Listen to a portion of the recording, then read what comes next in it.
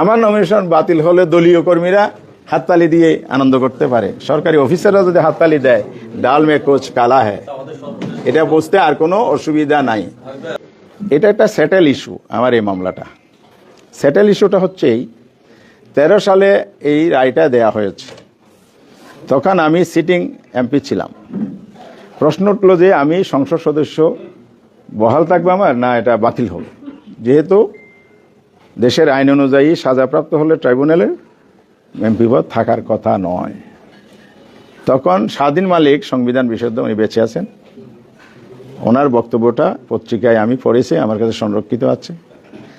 Barrister Rafiqul হক দুনিয়া থেকে চলে গেছেন, আল্লাহ জান্নাত নসিব করুন। এই দুইজন আইনজীবী স্পষ্ট আকারে বলেছে প্রেস ব্রিফিংয়ে সাংবাদিকদের, এরকম বলে যে আইনে সাজা হয়েছে এটা আইসিটির অ্যাক্টের যে অপরাধ, যে মামলা তদন্ত চার্জশিট, সেই প্রক্রিয়াতে নয়। ওটাই অপরাধ, ফৌজদারি অপরাধের মামলা এটা নয়। যেহেতু এই আইনটা ফৌজদারি অপরাধের ক্ষেত্রেই প্রযোজ্য, সংসদ সদস্য থাকবে কি থাকবে না। এই জন্য হামিদুর রহমান আজাদের সংসদ সদস্য থাকবে, যেহেতু এটা আদালত আহ্বানের একটা ভিন্ন ধারার মামলা, অপরাধের মামলা না, একটা বক্তব্যের মামলা। ওনারা এই বক্তব্য দেওয়ার পরে আমি আরো 1.5 বছর সংসদ সদস্য হিসেবে দায়িত্ব পালন করেছি, সংসদে গিয়েছি।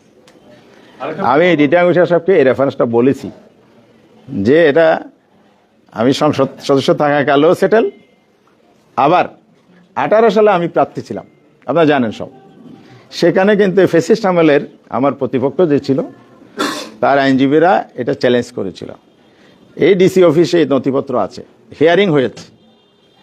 ওনারা চ্যালেঞ্জ করেছিল আর্টিকেল 66(2) ঘ, যেটা বর্তমান আরপিওতেই আনা হয়েছে। একই জিনিস, নতুন আইন না কিন্তু আরপিওর, এটা নতুন ধারা হলে আমি মেনে নিতাম। আমি মানছি না, যেহেতু এটা চ্যালেঞ্জ হয়ে সাংবিধানিক ল হিসাবে আউট হয়ে গেছে, আরপিও তো আরও নিচে, সেম জিনিস তো আরপিওতে আসলো। আপনি আরপিও দেহা দিয়ে আমার তো আউট করতে পারেন না। তাহলে এটাও সেটেল, 18 সালে হয়ে গেছে, নথি ডিসি অফিসে আছে। আজকে যে এভাবে একটা সাজানো প্রক্রিয়ার মধ্যে দিয়ে এটা অন্যায়ভাবে করা হলো, এটা অবশ্যই একদিন দেশবাসীও জানবে, আপনারাও জানবেন, এবং এই অবিচারের প্রতিকার ইনশাল্লাহ আমি পাবো।